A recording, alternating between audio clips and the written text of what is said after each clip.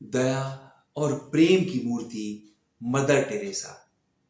Mother Teresa का नाम लेते ही हमारे सामने एक छोटे कद की, दुर्बल, सफेद धोती पहने स्त्री की तस्वीर प्रकट हो जाती है, जो मोती झील की गरीब मलिन बस्तियों की पाठशाला में, टीटागढ़ कुष्ठ सेवा केंद्र में, तंग गलियों वाले काली घाट के निर्मल हृदय में, लंदन में गत्तों से बने डिब्बों में, न्यूयॉर्क की घेट्टो बस्तियों में और वेटिकन चर्च की छाया तले गरीबों में भी सबसे गरीब लोगों को प्यार और करुणा बांट रही है। इस अद्भुत सेवा कार्य के लिए उन्हें दुनिया के सर्वोच्च नोबल शांति पुरस्कार और भारत रत्न से लेकर महारानी एलिजाबेथ के ऑर्डर ऑफ मेरिट तक अनगिनत सम्मान प्राप्त हुए हैं। इन पुरस्कारों को उन्होंने उन गरीबों के नाम पर ही स्वीकार किया जिनकी सेवा में उनकी संस्था मिशनरी ऑफ चैरिटी उनके मरने के बाद आज भी रात दिन लगी हुई है। उनका कहना था, मैं तो प्रभु के हाथ में एक पेंसिल मात्र हूं, यह तो उनका ही कार्य है। 5 सितंबर 1997 को आपकी मृत्यु हो गई।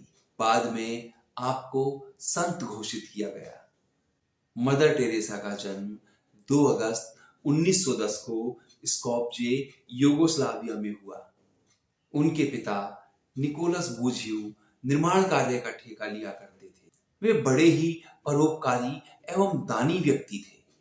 उनके द्वार से निर्धन कभी खाली हाथ नहीं लौटे।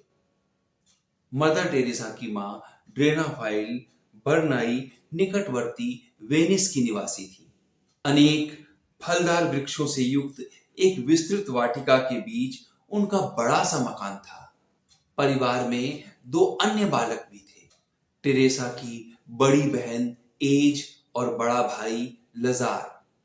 मां धार्मिक विचारों वाली महिला थी। बाल्यकाल में टेरेसा को गौंजा कहा जाता था, जिसका अर्थ है पुष्प की कली। वे हमेशा साफ सुथरी रहती और सहायता करने के लिए सदैव तत्पर। बाद में उन्हें एग्निस के नाम से पुकारा जाने लगा। एग्निस के मन में पहली बार जब धर्म संगिनी अर्थात नन बनने की अभिलाषा जगी, तब वे सिर्फ 12 वर्ष की थी। उन दिनों फादर जेम्बिरेनकोविक यूगोस्लाविया की मिशनरियों के विषय में बताया करते थे, जिन्होंने 1924 में भारत के बंगाल प्रांत की ओर प्रस्थान किया था। मिशनरियों के उत्साह और लगन की चर्चा इस संघ के सदस्यों ने बार बार सुनी और यही एग्निस के हृदय के किसी तार को छू गई। 6 वर्ष बाद एग्निस को मिशनरी बनने का आह्वान प्राप्त हुआ। नवंबर 1928 में वे कोलकाता आ पहुंची, किंतु कुछ ही दिनों में वे दार्जिलिंग के लोरेटो स्कूल में भूगोल की अध्यापिका बनकर चली गई और 17 वर्षों तक अध्यापन का कार्य करती रही। यहीं उन्होंने अमीर गरीब के बीच गहरी खाई, पीड़ित दीन दुखियों की उपेक्षा और भूखे नंगों के प्रति समाज का हीन भाव आदि को नजदीक से देखा। एग्निस उनकी सेवा करने के लिए छटपटाने लगी। 8 अगस्त 1948 को 3 साड़ियां और 5 रुपए का एक नोट लेकर उन्होंने अपने को मानवता की सेवा में समर्पित कर दिया। लिस्यू की संत टेरेस से प्रभावित होकर एग्निस अपना नाम टेरेसा लिखने लगी। सफेद नीली किनारी वाली साड़ी में लिपटी मदर टेरेसा दुबली पतली किंतु सेवा की जीती जागती मूर्ति थी। झुर्रियों भरे उनके मुंह पर एक मुस्कान ममता भरी थपकी और स्पर्श पीड़ा को अनायास ही हर लेते थे। मदर टेरेसा प्रेम और सेवा की जीवंत प्रतीक थी। पीठ मुड़ी हुई, हाथ और पैर टेढ़े थे। वह इसलिए कि वे इतने सालों से लोगों को सड़कों से उठा रही थी। कोई साथी नहीं, कोई मददगार नहीं, कोई पैसा नहीं।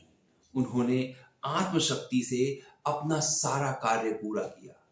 मदर टेरेसा का ध्येय था उनको प्यार देना जिन्हें कोई प्यार नहीं करता, उन्हें चाहना जिन्हें कोई नहीं चाहता, चाहे वे अपंग हों, बेसहारा हों या मरणासन्न हों। मदर टेरेसा को किसी प्रकार का प्रचार या ख्याति कभी पसंद नहीं थी। वे नितांत निस्वार्थ और त्याग में असाधारण थी। ईश्वर प्रेम के लिए वे कुछ भी कर सकती थी। कैसा ही अपमान, कैसी ही व्यथा, उनमें सब कुछ झेल लेने का अद्भुत सामर्थ्य था। वे सदैव पक्षपात से मुक्त रहीं और जहां कुछ गलत देखा बोलने में कभी नहीं हिचकिचाई। उन्होंने स्वयं को कभी कष्टों से मुक्त रखने की चेष्टा नहीं की। वे बहुत संयमी, बहुत गंभीर और बहुत संतुलित स्वभाव की थी।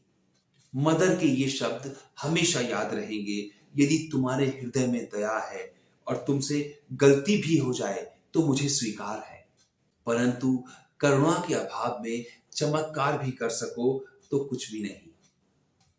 एक दिन द्वार पर अचानक मदर मदर का शोर सुनाई दिया। एक भिक्षु अपने दिन भर की कमाई मदर को भेंट करना चाहता था। मदर निश्चय नहीं कर पा रही थी कि यदि वे उससे पैसे ले लेती हैं तो वह उस रात भूखा रह जाएगा और यदि मना करती हैं तो उसकी भावनाओं को ठेस पहुंचेगी। मदर ने निर्णय किया कि वे ये पैसे रख लेंगी। भिक्षु हर्षित होकर उनके हाथ चूमकर चला गया। मदर कहती थी, वह भेंट मेरे लिए नोबेल पुरस्कार से भी कहीं अधिक मूल्यवान है और उन सब पुरस्कारों से भी अधिक मूल्यवान जो मैंने आज तक प्राप्त किए हैं। मदर प्रायः कहा करती थी कि हमारे लिए यह आवश्यक नहीं कि हम सफल हों, हमसे तो आशा की जाती है निष्ठावान बनने की। वे जीवन भर इसी विश्वास को जीती रही। वह विश्वास जो उनकी प्रार्थना में, प्रेम में, सेवा में और शांति में सब में था। उनकी प्रेरणा, उनकी विनम्रता, उनकी शालीनता उन अदृश्य धागों की तरह थी जो सभी कुछ एक साथ बांधे हुए थी।